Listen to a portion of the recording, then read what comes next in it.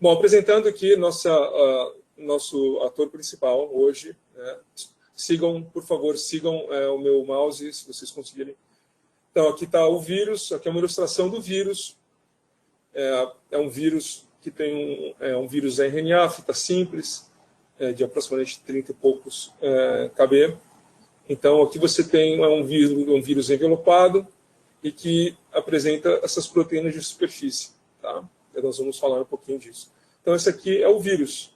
Esse aqui é o porquê chamado coronavírus. Isso aqui é uma eletromicroscopia do vírus, onde vocês veem, é possível notar que as proteínas spike, que serão um ponto central dessa apresentação, elas formam esses pontinhos, né? Então, sob microscopia eletrônica, o vírus parece uma coroa.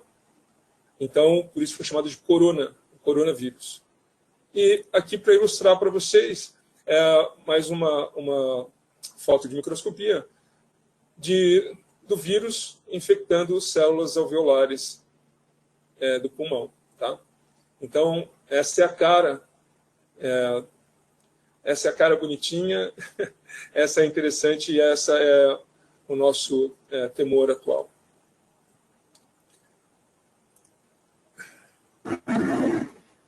Bom, falando um pouquinho, vamos começar a falar das proteínas.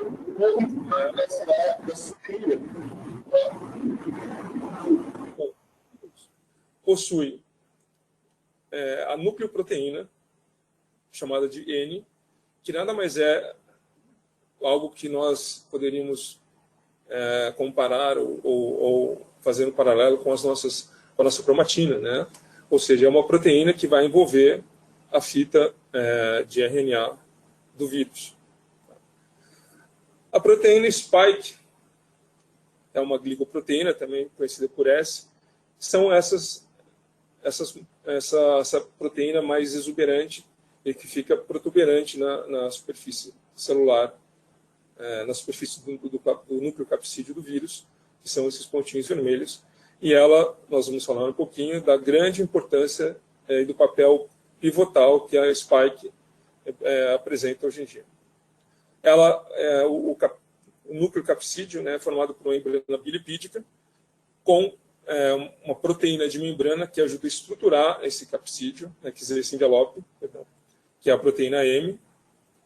Nós temos a proteína do envelope e uma outra proteína chamada hemaglutinina esterase. Tá? Então, eu não sei porquê, Espera aqui, vamos lá. Bom, então, como eu disse, nós vamos falar bastante da proteína spike. Ela é fundamental e apresenta um papel realmente central em toda a história dos coronavírus, tanto em termos de vacina, como em termos terapêuticos, mas não só, e a gente vai falar mais profundamente a respeito. No entanto, eu quero ressaltar, chamar a atenção para essa outra proteína, que até então muito pouco falada, né? E nós vamos discutir um pouquinho dela, vamos abordar a possível importância dela, chamado a hemaglutinina esterase. Todas as proteínas presentes na superfície do vírus. Bom, iniciando, vamos lá, quem que é essa proteína M, certo? Ela, como eu disse, é uma proteína que vai se complexar o RNA do vírus, ou seja, ela vai formar uma estrutura de capsídeo helicoidal que se encontra dentro do envelope, né? Então, ela vai estruturar e proteger o genoma do vírus. Tá? Ela é muito, obviamente, produzida durante a infecção e ela tem uma importância também porque ela tem alta imunogenicidade. Tá? Então, essa é a proteína N. Bom, falar um pouquinho da proteína spike. Quem que é a proteína spike? Ela é responsável majoritariamente, ou até então o que se sabe, majoritariamente pela entrada do vírus na célula-alvo. Tá? ela sofre uma mudança de conformação, e nós vamos falar a respeito disso, tá? E leva à fusão da membrana viral à membrana do hospedeiro, da célula do hospedeiro, fazendo a internalização do vírus. Tá? Só que a proteína spike merece um desdobramento um pouco maior. Vamos falar um pouquinho dessa proteína na verdade, mais profundamente. Aqui vocês podem notar, nós temos um esquema dos domínios da proteína spike. Tá? Essa é a estrutura da proteína, dividida em dois grandes domínios, S1 e S2. Aqui nós não vamos entrar em detalhes aqui, mas vamos focar no ponto principal, de maior enfoque aqui, chamado o RDB, ou o domínio, o domínio de binding de receptor, certo? Que é essa região aqui, em cian, tá? Compreendida alguma divergência de estudos, mas por volta do aminoácido 333 a 527 da proteína spike. E dentro dessa proteína existe um motivo, né? O motivo dentro dessa proteína que ainda tem uma importância fundamental nessa ativação da proteína spike. Na verdade, ela sofre uma modificação, uma glicosilação, e daí ela sofre uma mudança conformacional e torna-se ativa, e nesse momento em que ela tem a sua função, atua de maneira a iniciar a fusão das membranas e internalização do vírus. Tá? Vamos lá. Vamos lembrar bastante dessa região, a gente vai falar bastante dela. Então, e por que, reiterando o que nós acabamos de dizer, por que ela é tão importante? Porque ela é alvo primário na prevenção e tratamento das infecções virais, certo? Especialmente, ela é a região de ataque principal dos anticorpos neutralizantes. E o que são os anticorpos neutralizantes? Também nós vamos falar bastante deles. Eles são muito importantes na resposta, né, à infecção e bem como alvo terapêutico. O anticorpo neutralizante é um anticorpo produzido pelas células B do corpo, naturalmente, e que vão desencadear uma resposta imunológica a partir dessas infecções e da própria vacinação. Eles vão afetar como as moléculas de superfície do patógeno do receptor interagem. Então, o anticorpo neutralizante, ele vai atuar nessa região aqui. Ou seja, nós vamos mostrar mais um pouquinho, ele vai neutralizar, em última instância, a ligação desse domínio em geral, tá? Mas focalizado especialmente nesse motivo. E ao fazer isso, ele vai impedir que a proteína spike exerça o seu papel, ou seja, sofra sua mudança conformacional e permita a entrada do vírus na célula. Mas nós vamos voltar nisso, tá? Então, isso aqui é uma introdução à proteína spike.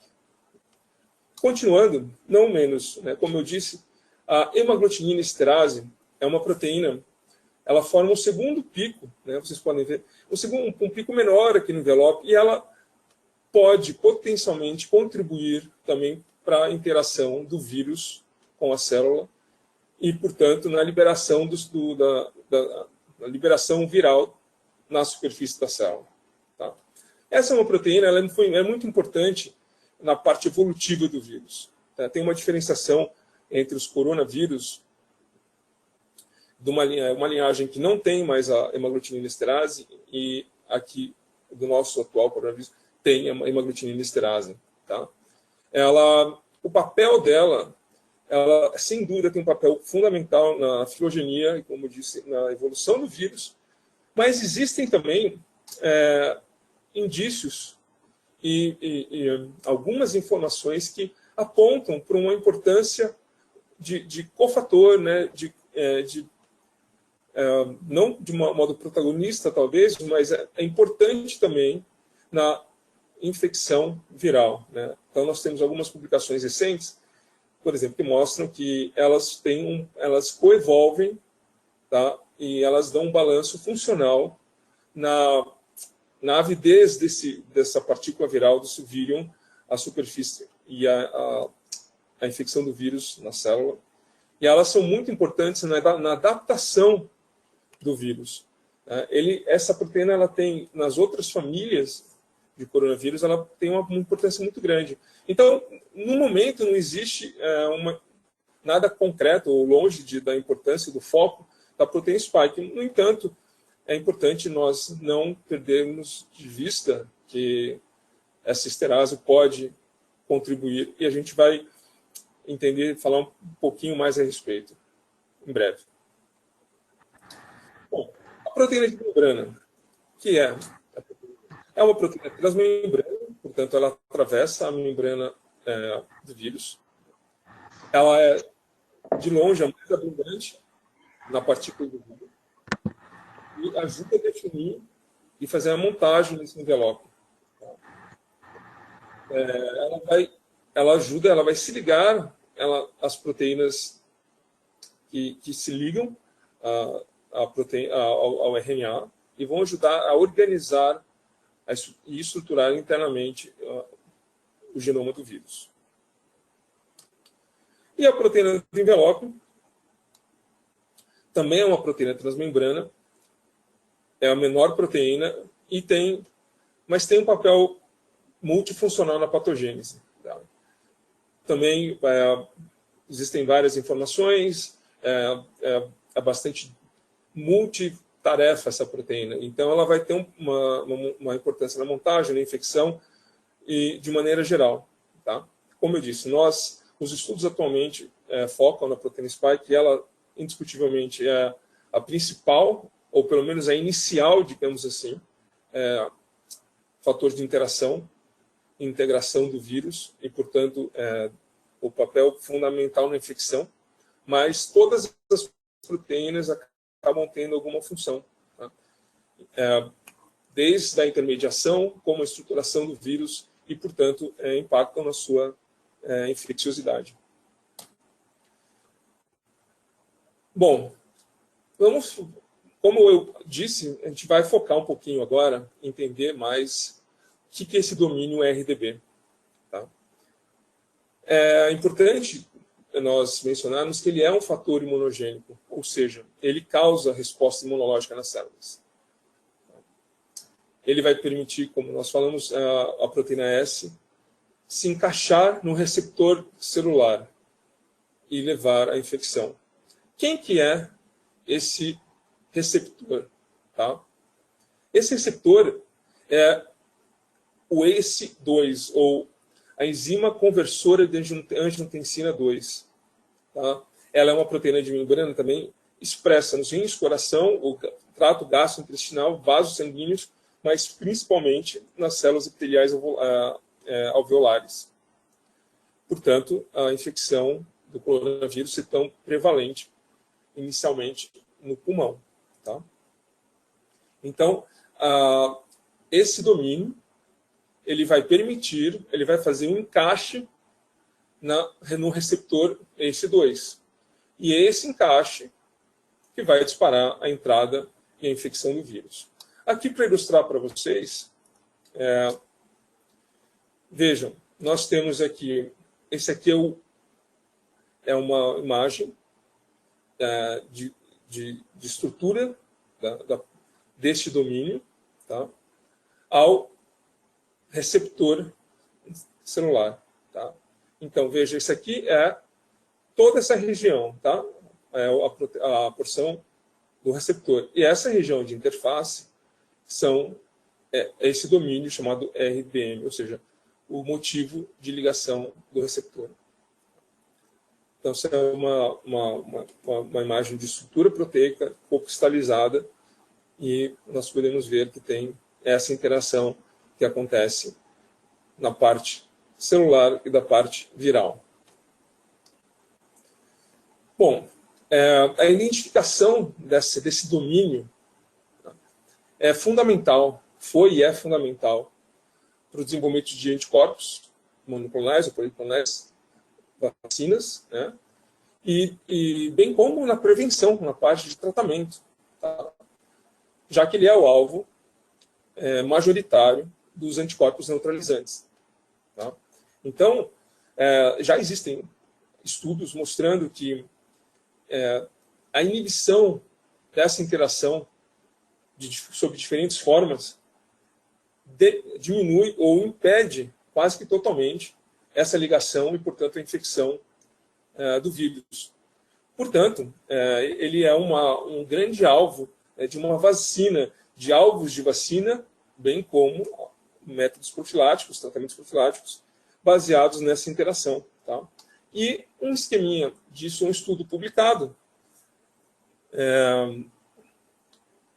eles mostram que, vejam, aqui é a representação do receptor, tá? Aqui é o motivo, aquele S1, e essa é a região de ligação do RDB. Tá? Então, quando acontece essa interação, o vírus entra na célula. Quando você bloqueia essa ligação com uma ligação artificial de uma proteína, né? Ou seja, estamos falando, lembra, nosso foco aqui são proteínas recombinantes. Então, veja, já está começando a tocar nesse assunto. Quando você coloca esta proteína artificialmente e ela faz essa ligação, ela vai impedir a ligação do vírus, certo? Porque ela já ocupou esse espaço. Então, você não tem a entrada do vírus. Ou quando você, através dos anticorpos neutralizantes, você liga os anticorpos à proteína spike, eles impedem a ligação, então, deste motivo a receptor ACE.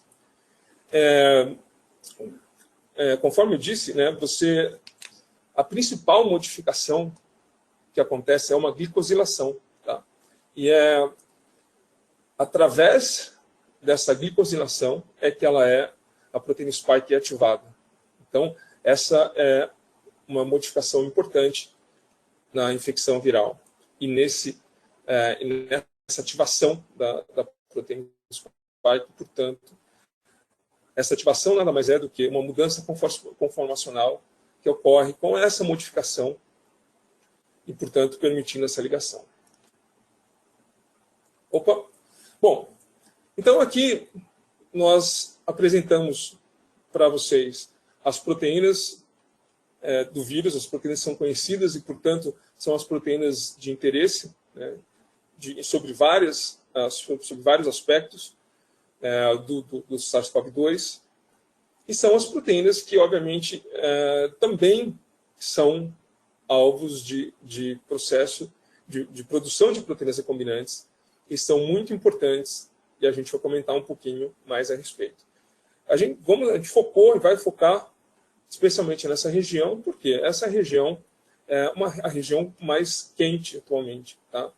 Então, nós entendemos que a importância dela, ela é alvo dessa interação, e é muito importante inibir essa interação tanto para a produção de vacinas como para a produção de tratamentos, certo? E isso aqui é um estudo, dentre vários, mostrando que realmente é fundamental essa primeira ou essa interação inicial, certo? Como eu disse, existem as outras proteínas, podem e certamente têm alguma atuação no grau de infecção ou na importância da entrada ou de virulência do vírus. Mas a primeira interface a ser bloqueada é essa da proteína spike. Bom, a gente tem falado muito e tem sido muito noticiado, e agora nós acabamos de apresentar para vocês toda a importância desse domínio. Tá? Então, vamos falar um pouquinho, que é um tópico muito atual, dessas cepas variantes. E elas confirmam, certamente, a importância e o papel primordial desse domínio de ligação ao receptor. Tá? Então, vamos lá. Sabe-se que aproximadamente o coronavírus tem uma taxa de mutação de 25% a 30% ao do vírus HIV, o que realmente é uma taxa bastante alta. Apesar de ser quase um terço ou um quarto do HIV, mas nós sabemos que o vírus HIV muta muito, certo? Então, é sim muito preocupante as mutações e a taxa de mutação desse vírus. No final do ano passado, nós apresentamos um webinário falando sobre coronavírus, foi uma primeira apresentação, e ressalto aqui que, os que tiveram a oportunidade de assistir, nós falamos no final que a coisa mais importante naquele momento seria o Genomic Surveillance. E, de fato, isso é verdade, isso ocorreu, certo? Por quê? Esse Genomic Surveillance é justamente imaginando essa mutação, essa taxa de mutação. Nós teremos que, os artigos mostram isso, tem muita gente fazendo sequenciamento em grande escala para entender essa taxa e para poder ver o perigo do crescente dessas mutações. E agora nós estamos sentindo na pele esses efeitos, certo? Mas isso é só um parênteses, então vamos lá. Aqui você tem nós temos essa região aumentada, tá? E por quê? Vamos lá. Então, em março de 2020, nós já tínhamos 33 variantes, ou seja, mutantes genômicas do vírus, já estavam descritas. 12 dessas variantes estavam presentes na proteína S. Tá? E todas elas, obviamente, né, estavam basicamente nessas três proteínas S, N e M, que são as reconhecidas pelos linfócitos B. E agora a curiosidade, cadê essas mutações? Né? Vou lá, muito bem. Essas são as principais mutações. Quando eu digo principais, são, porque nós vamos falar majoritariamente delas, que são essas que estão sendo estudadas e demonstradas importantes no balanço e na eficiência de diminuição a ligação ou a efetividade dos anticorpos neutralizantes. Tá? Então, essa aqui, chamada D614G, foi aquela primeira mutação, tá? que nós chamamos, isso foi em fevereiro do ano passado, aproximadamente, do novo coronavírus, do novo Covid, e foi a primeira onda de aumento de infecciosidade, de virulência, ou aumento de capacidade de infecção que atingiu inicialmente a Itália e a Espanha. Então, essa mutação começou a ser detectada ali. Tá? E, a partir de então, elas espalharam, obviamente, tão rápido que todas as outras que vieram a seguir também têm essa mutação. Tá? Mas essa foi a primeira, e ela está aqui, 614. Ela está nessa região fora. Olha que importância. Ela está dentro da proteína spike, mas fora do RDB. Pois é. Agora, quem são as novas mutações? Primeira mutação que surgiu de preocupação e alarme, que aumentou a capacidade infecciosa do vírus, essa variante do Reino Unido, chamada B117. Ela apresenta essas duas mutações aqui, tá? E essa aqui é a que nós vamos falar mais. Ela é uma N501Y, então ela está aqui no comecinho, quer dizer, no final da região do motivo principal de ligação, tá? Dentro do domínio RDB. Apresenta essa deleção dos aminoácidos 69 e 70, além de 23, em total são 23 substituições. Mas essas foram aquelas que foram mostradas terem um impacto, medidos principalmente pela capacidade ou diminuição de eficiência dos anticorpos neutralizantes. Tá? Então, essa é a variante do Reino Unido. Esta aqui é a variante da África do Sul. Ela contém também esta mutação, bem como essas outras três. Essa aqui é uma deleção também está dentro da proteína spike, porém fora do RDB, assim como a D614G, também é uma deleção, assim como essa daqui também, dos aminoácidos 242 e 244. E, por fim, essa é a nossa variante, a variante do Brasil. Ela possui essas 3 mutações.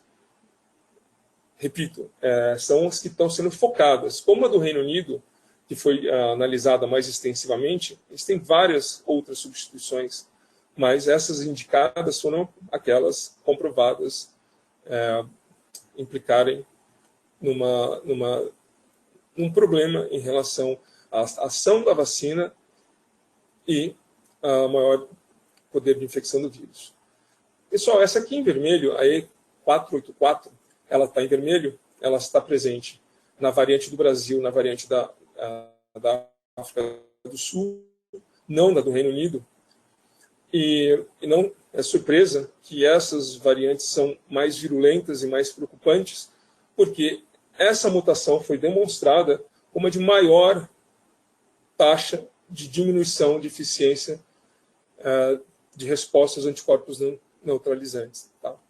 Por isso que é tão preocupante. E também, até como esperado, ela está aqui no meio da região mais quente e principal que faz a ligação da proteína spike, em última instância do vírus, ao receptor. É o motivo principal dentro do receptor, do domínio do receptor. Tá? Bom, muito bem. Desculpa. Lembrem-se, né? Nós estamos aqui falando da proteína spike, nós falamos da importância também de todas as outras proteínas virais do SARS-CoV-2. E aqui nós estamos apontando esses mutantes. Eu vou apresentar para vocês no final, mas a sinapse tem à disposição essas proteínas recombinantes, mutantes. Tá? E eu vou fazer isso para vocês no final.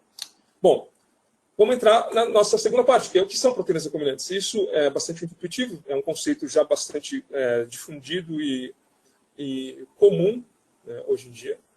Então, na verdade, é o produto de um DNA recombinante que vai criar uma proteína recombinante. Ou seja, você vai ligar, você vai vir aqui no seu DNA genômico, vai pegar a parte gênica ou o pedaço de DNA, o pedaço da proteína, hoje em dia, seja o que for que te interessa, vai colocar e ligar ele num plasmídio que vai estar ligado provavelmente a um promotor de interesse, que vai ter uma modificação de interesse, vai ter, muitas vezes, uma ligação de um tag, a N-terminal, a C-terminal. Né? Isso aqui vai ser cultivado, você vai analisar seus clones, vai expressar, tal, vai analisar, vai fazer, a partir daquele que você identificou, vai fazer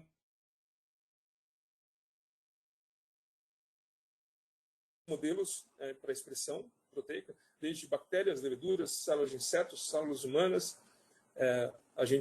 Isso é muito importante, especialmente pensando nas modificações pós-tradicionais, como no caso da proteína spike, que é a glicosilação. Tá? E depois essa proteína é purificada e ela o downstream dessa proteína recombinante é enorme. Né? Você vai para desde estudo de estrutura, atividade, produção de vacinas, e assim por diante. Certo? E o legal da proteína recombinante, perdão, deixa eu mover isso aqui, pessoal, me desculpem, é que em 1968 ela gerou um prêmio Nobel para esses 3 senhores, Marshall, Haar e Robert. Eles ganharam um prêmio Nobel de Medicina, justamente porque o código genético já era conhecido, mas eles interpretaram o código genético em termos da sua função para a síntese proteica, ou seja, aqueles códons que nós conhecemos. Né? Esse códon para tal, faz com que o seu RNA transportador traga tal aminoácido e assim vai. É importante ressaltar que, em função do trabalho desses pesquisadores, né, através desse conhecimento, hoje nós podemos editar e construir proteínas, portanto, proteínas recombinantes. e assim nós manipulamos o código genético das proteínas. Nós manipulamos as proteínas, criando praticamente infinitas possibilidades. Tá? Bom, eu citei aqui um esquema de como um esquema bastante intuitivo e simplificado, né? Você vai do seu DNA genômico, transformar isso num DNA recombinante. Esse DNA recombinante você vai expressar e produzir a sua proteína recombinante e depois vai purificá-la e usá-la, certo? Então, aqui um breve esquema mais ilustrado do que é um processo laboratorial, tá? Então, você vai ter a sua amostra de DNA, você vai amplificar, você vai clonar no seu vetor de interesse, você vai transformar no micro-organismo, e aí pode ser uma bactéria, como eu disse, uma levedura, uma célula de mamífero, uma célula de inseto, células vegetais, tá? Você vai escolher um modelo de maior interesse, você vai selecionar os seus clones, que obviamente receberam esse vetor, você vai testar a produção e a expressão dessas proteínas recombinantes, vai fazer o seu crescimento e vai fazer a purificação. Você vai isolar essa proteína de interesse. E aqui nós temos uma ciência por si só, tá? E assim, para quem trabalha com proteínas recombinantes, sabe que esse processo é um alvo de estudo e bastante elaborado, né? E para isso nós também, os processos de purificação são bastante amplos, né? E você depende muito daquilo que você vai fazer para definir e seguir na sua estratégia. No entanto, esse processo laboratorial, especialmente pensando hoje, nós pensamos em produção de vacinas, produção de kits, produção de diagnóstico, tá? Então, nós não tem como pensar em larga escala. E certamente esse é um processo que é feito em larga escala, né? E daí as suas etapas de cromatografia vão ser, depois de purificação, elas vão ser diferenciadas e desenhadas para um processo maior, para um processo em larga escala. Então, aqui, praticamente o processo é o mesmo, você vai ter toda essa construção, você vai ter essa primeira parte de otimização, vai ter um batch, né, inicial em escala laboratorial, e a partir daí você vai para a grande escala, para a fermentação, e, portanto, a parte de purificação, as etapas de purificação, transformada em um bioproduto, ganham também proporções em larga escala.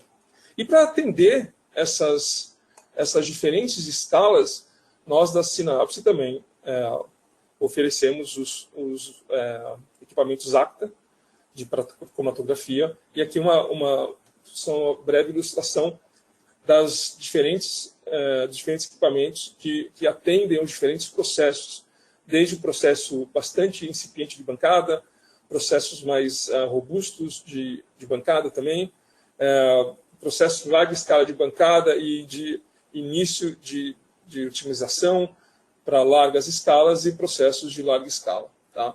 Então, nós oferecemos esses equipamentos da Cytiva que vão atender todo esse espectro de diferentes escalas de purificação. Bom, com isso dito, tá, nós temos que hoje as vacinas, muitas vacinas, medicamentos e testes diagnósticos são desenvolvidos a partir de proteínas recombinantes. Tá? Então, as proteínas recombinantes, especialmente falando do SARS-CoV-2, ela é fundamental nessas três grandes aplicações, tanto no desenvolvimento de vacinas, medicamentos e testes diagnósticos. Tá? E, bom, as proteínas recombinantes, né, com o aprimoramento da produção e purificação delas, elas podem gerar os antígenos que são diretamente incorporados nas formulações vacinais. Ou seja, as vacinas, só que um lembrete, nós temos as vacinas de vírus inteiros, a gente vai falar um pouquinho no próximo slide, vírus inteiros, vírus atenuados, subunidades de proteína recombinante em si, vacina de DNA, vacina de RNA, e as proteínas recombinantes, elas são, na verdade, o seu antígeno. Tá? Essa proteína, o antígeno, é uma proteína recombinante, que é a proteína que vai ter seus epitopos, que são as regiões reconhecidas pelos anticorpos. Tá? Bom, a gente vai abordar isso no próximo slide. Só para nós estamos falando de produção de proteínas recombinantes, que podem ser usadas na vacina em si, mas também na produção de anticorpos. Né? Então,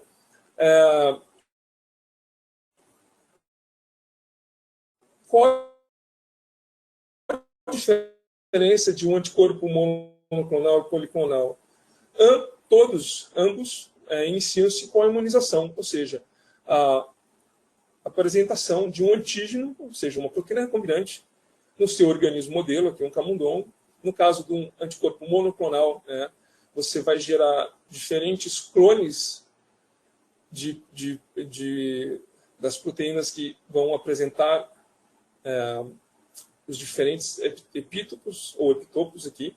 E o que você faz? Você, ao invés de usar todas elas, ou seja, todos os epítopos, anticorpos contra todos os epítopos apresentados, você vai selecionar um clone, ou seja, um único hibridoma, e vai cultivá-lo e assim gerar um anticorpo monoclonal. Ao passo que o anticorpo policlonal, você vai pegar todos os anticorpos produzidos, certo?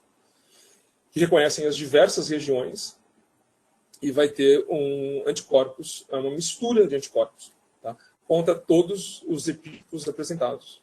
E, portanto, usando todos os anticorpos que são produzidos no soro. Tá?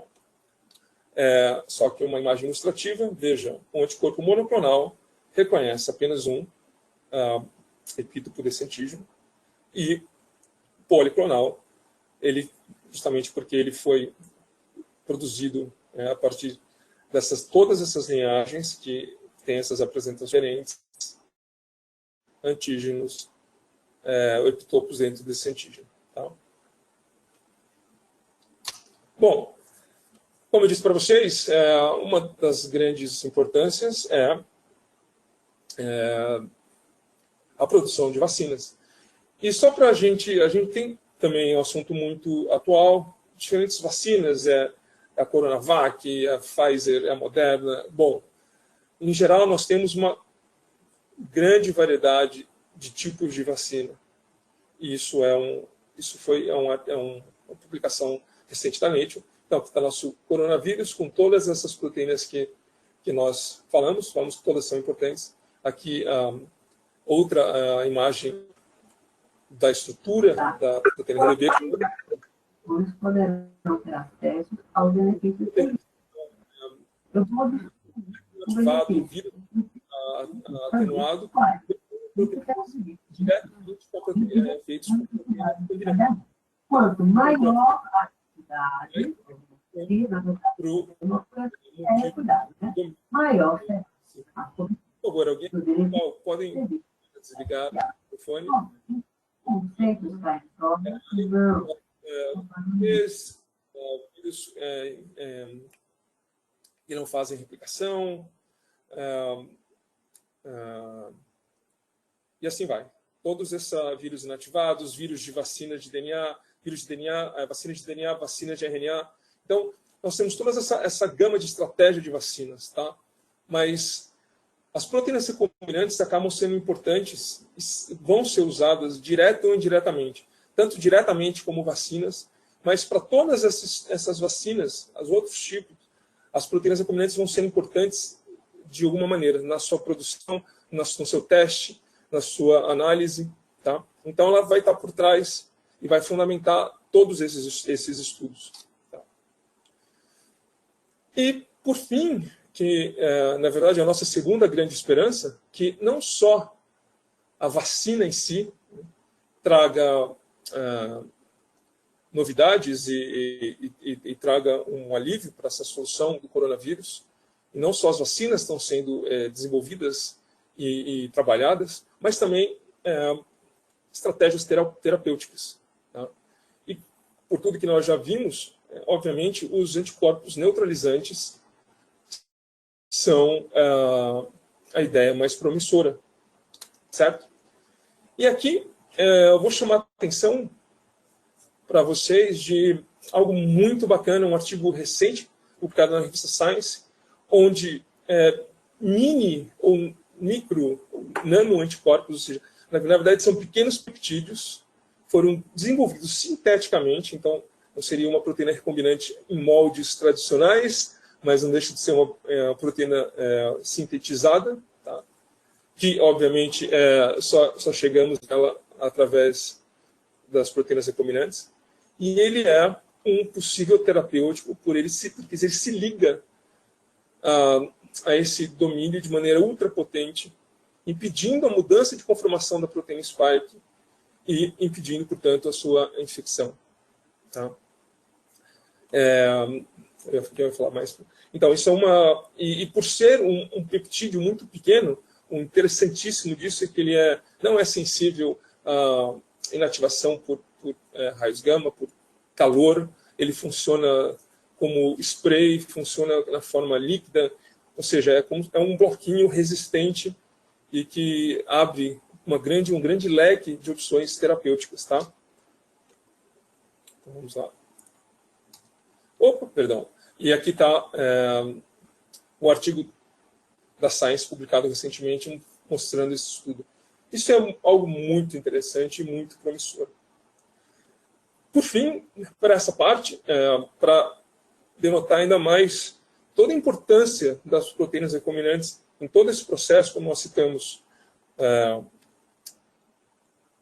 vejam, da produção de vacinas, teste diagnóstico e medicamentos. Para o teste diagnóstico, isso é bastante fundamental, óbvio, porque os anticorpos produzidos necessitam da produção de proteínas recombinantes. Os testes necessitam de proteínas recombinantes. Tá? Então, aqui eu gostaria só de citar alguns artigos excelentes, que eu recomendo, publicados em revistas de alto impacto, falando e mostrando essa importância nas diferentes vertentes dessa atuação. Por exemplo, aqui a neutralização de um pseudovírus. Aqui eles fizeram o contrário, eles recombinaram uma parte do IgG com a proteína, com o receptor ACE2, e daí isso se liga ao vírus, impedindo a sua ligação. E assim vai. Produção de anticorpos monoclonais que bloqueiam essa infecção, variantes de vacina com a proteína recombinante do SARS-CoV-2, vacinas especificamente como você tem com RDB, o teste de escape dos anticorpos neutralizantes com essas proteínas recombinantes. E aqui é importante, um estudo de assinatura de ligação dessa proteína spike de imunogenicidade das diferentes variantes da proteína spike. Enfim, e são títulos muito interessantes que deixam muito claro a importância central dessas proteínas recombinantes. E como que a sinapse contribui com pesquisa e desenvolvimento na luta contra a Covid. Tá? Nós falamos muito de anticorpos e proteínas recombinantes. Tá? Então, nós oferecemos e representamos de modo exclusivo algumas marcas que trazem ferramentas muito bacanas que vão otimizar, acelerar e auxiliar a sua pesquisa, desde a parte de ciência básica até o desenvolvimento de vacinas e produtos. Dentre elas, comentar brevemente aqui, a ProSci. Entrem no site, é uma empresa fantástica e tem uma gama absurda de anticorpos neutralizantes, antígenos e todos aqueles mutantes que nós mostramos, eles têm antígenos, ou seja, proteínas recombinantes. Eles têm também uma seção interessantíssima que eles vendem, ou eles sugerem pares de anticorpos e antígenos que se ligam de modo eficiente para você montar o seu teste de ELISA, tá? Entre outros. A Origin é outra. Essas duas empresas são realmente fantásticas na parte de anticorpos neutralizantes, antígenos, antígenos mutantes, e a Origin também apresenta kits de ELISA. Aqui eles sintetizam a sua proteína também, enfim, ambos, e aqui eles produzem o seu anticorpo na ProCyte. A Cytiva é desnecessário falar, mas tem, além de uma linha enorme de detecção e análise de proteínas, desde equipamentos até toda a linha de Western blot completa, mas de maneira mais acentuada aqui, os APTA, né, e toda a linha de cromatografia, colunas, resinas, fundamentam, são a base de toda. Não dá para falar de proteínas recombinantes sem cromatografia, portanto, sem a Cytiva. Outras duas empresas que merecem realmente destaque, que nós apresentamos com uma linha enorme de antígenos, ou seja, proteínas recombinantes e anticorpos, é a Aviva e a East Coast. Além disso, uma nova parceira nossa, pertence ao grupo Brooks, a GeneWiz, é uma empresa que se especializa em análise de DNA e RNA, mas de síntese de DNA. Então, você dá o seu DNA e ele sintetiza para você dá a sequência, eles sintetizam o gene e o anticorpo. Tá? Então, vale a pena dar uma olhada. E eu acredito que, entre outros produtos, mas de maneira destacada, porque no nosso tema de hoje, proteínas recombinantes e os seus agregados, nós podemos dizer que, através dessas marcas, principalmente, nós oferecemos uma gama grande de produtos que esperamos ajude a auxiliar no P&D, na luta contra o Covid. E é isso, pessoal. Nós estamos chegando ao final de uma hora. Eu agradeço demais a atenção de vocês. Espero, sinceramente, que tenha sido produtivo. E muito obrigado pela atenção. Agora, eu vou dar uma olhada nas perguntas. Se vocês quiserem abrir o microfone e verbalizar e falar sobre suas perguntas, ou Alex, se você quiser selecionar e verbalizando a pergunta do pessoal, Oi. Por favor. Oi, Douglas. Tem duas perguntas que eu te mandei sobre a glicolização da modificação Alex, pós... quem fez a pergunta, você pede para falar, abrir o microfone e falar também, tá? Mas, Alex, pode ser, gente. Quem fez as perguntas quiserem abrir, por gentileza.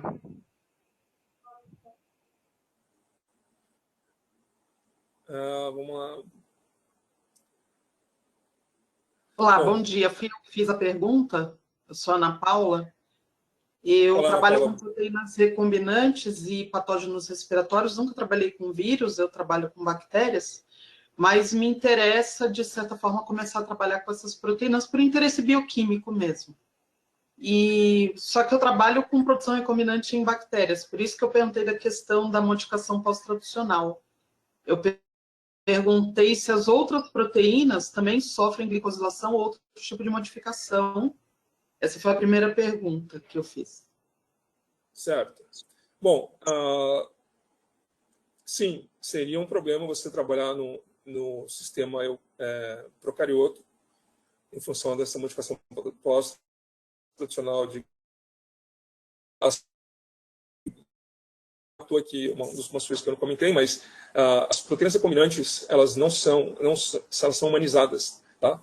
Ou seja, realmente para facilitar e possibilitar essas modificações. A maioria, ou uma grande parte, pelo menos, expressas em células REC, tá? Mas sim, é importante. E você provavelmente teria que partir para outro organismo.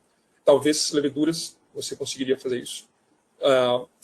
Mas existe uma diferença de grau de glicosilação até da cepa, do tipo de levedura que você vai usar como Cerevisiae ou Pombe ou células de mamífero. Né? Então, realmente, isso é algo que você vai ter que abordar para sua pesquisa, dependendo, obviamente, do seu alvo. E as outras proteínas virais, não sei te dizer, existem, a gente dá uma olhada na literatura, mas o que mais... Bom, a proteína... Certamente a esterase, a hemoglobina esterase, ela é sim glicosilada e isso é muito importante, essa modificação pós-traducional. Tá? Da mesma forma, a proteína spike. As outras, a gente precisaria dar uma olhada e precisa ser pesquisada, mas é muito possível, é muito provável, na verdade. Qual que é a sua outra pergunta, por favor?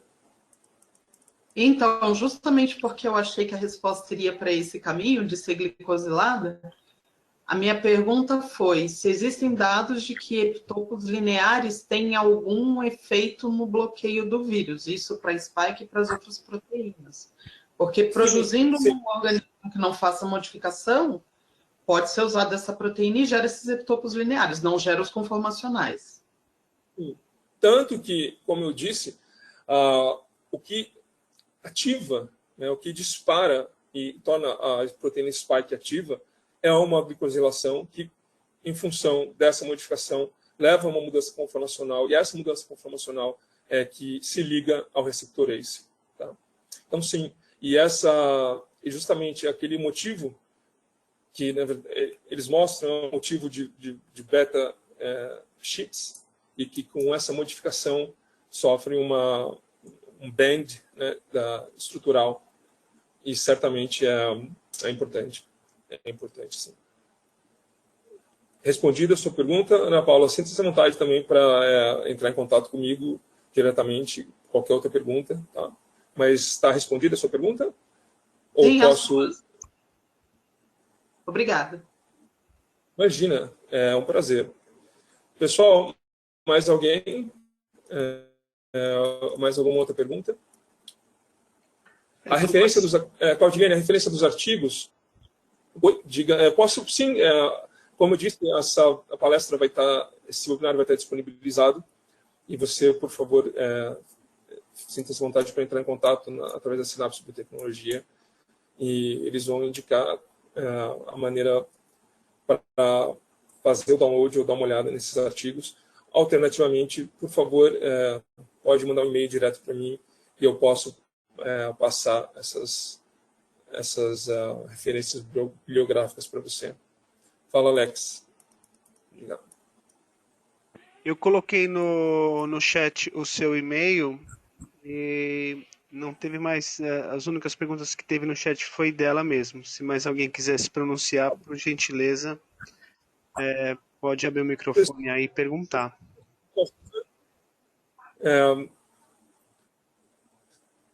Ou ficou tudo muito claro, ou bagunçou a cabeça de vocês, mas a ideia aqui é nós interagirmos, trazer informações para vocês e tirar dúvidas, esse é um espaço aberto. Fiquem à vontade, por favor. O Douglas, eu tenho um comentário, é a Cris, da MS Labs. É bom a gente, é bom a gente ter a informação do que oferecer, né, para o cliente. Com certeza é muita informação para a gente representada, mas aí é bom para a gente poder fazer a ponte, né? O cliente tem necessidade de uma proteína recombinante porque ele não quer expressar, ele não quer, então a gente sabe que a gente tem uma opção e a gente sabe para onde correr. E acho que a ideia é essa, né? Correr para você. Né? Claro, identificar, assim, identificar o que você falou de confundir, realmente. Realmente não dá para assimilar tudo, teria que entrar em todas as marcas e olhar. Mas a gente tem aí você para suporte. Então, a gente, vendo a necessidade do cliente de ter uma proteína recombinante, ter o interesse, partir para entrar em contato mesmo, colocar você na jogada. Sim, todos os interessados, bem como vocês, a gente tem, como tem uma série de opções para anticorpos e proteínas, mas dentro dessas proteínas, eu justamente nem coloquei, pois é uma infinidade de modos de dizer, mas são muitas opções e variedades, e se nós concentrarmos, vamos lá, especialmente, deixa eu mostrar aqui para você. Espera aí, agora justamente aqui, vamos lá. Nós vemos que essas marcas são as principais, tá? Então, de anticorpos, especialmente ProCy, Origin, Aviva e Eastcoast, é muito simples. Aqui estão os links, tá, para todos os interessados, palestrantes, atendentes da palestra, interessados em pesquisar e dar uma olhada nos anticorpos, vocês, representantes. Então, nós temos aqui, e isso tem que ser analisado, visto, especialmente passado para que o cliente entenda, veja as diversas opções e que eles possam escolher. Certo? Mais alguma pergunta? Digo aqui, o André, que é nosso diretor e sócio proprietário da empresa, informa que, sim, ele está até passando o link. Pessoal, deem uma olhada. Essa palestra vai estar disponibilizada no canal do YouTube da Sinapse. Tá? Então, muito mais fácil até do que receber essa gravação. Por favor, visitem o canal no YouTube e assistam quantas vezes quiser, tirem as dúvidas para essa apresentação. Obviamente, ela vai ser colocada assim que nós terminarmos, fazer a gravação, terminar a gravação e tudo mais, ela vai, em breve, estará disponibilizada. Pessoal, mas perguntas, não hesitem em acessar tanto o e-mail, né, meu e-mail diretamente, ou a Sinapse, para dúvidas, consultas sobre os produtos, informações, dúvidas. Nós estamos atingindo a nossa 1 hora. Por pessoal, mais alguma dúvida que eu possa ajudar ou possa responder? Curiosidade? Posso fazer mais uma pergunta sem querer abusar muito? Por favor. Num dos slides, você falou que a nucleoproteína ela é imunogênica, só que ela é uma proteína interna ao vírus. De que forma que isso foi analisado, de que ela é imunogênica? Bom, o vírus ela é interna, mas primeiro, a hora que ele entra, ela está exposta à célula. Quando a célula morre, essa proteína ela vai passar a ser circulante, né? Ela vai sair de dentro da célula. Além disso, por ela envolver todo o RNA viral, ela é produzida em alta quantidade, né? Então, na lise celular, quando essa proteína é exposta, ela, por ser também muito abundante, ela é muito imunogênica. Ela se torna imunogênica. Tá, então, na verdade, não seria um alvo vacinal, seria um alvo, por exemplo, para um antibiótico, porque anticorpo, por exemplo, não tem acesso a essa proteína porque não consegue entrar. Depende do nível terapêutico, né, da abordagem, porque você pode bloquear, você pode impedir, você pode causar uma interação dentro da célula. Não necessariamente com anticorpos, mas de outras maneiras, tá? Uhum. Ou seja, quando fala que ela é imunogênica, é porque ela causa uma resposta imunológica, porque ela é uma proteína abundante e tem um papel importante. Agora, a partir daí, você cria uma alternativa, e hoje em dia, como essas alternativas são quase infinitas, né, principalmente na parte terapêutica, de talvez impedir a envelopagem, ou seja, a estruturação do vírus dentro da célula, e, portanto, a célula fica incapaz de replicar o vírus, talvez. As possibilidades são grandes, estão diferentes alvos, diferentes frentes para ataque do coronavírus. Ok, obrigada. Imagina, à disposição. Pessoal,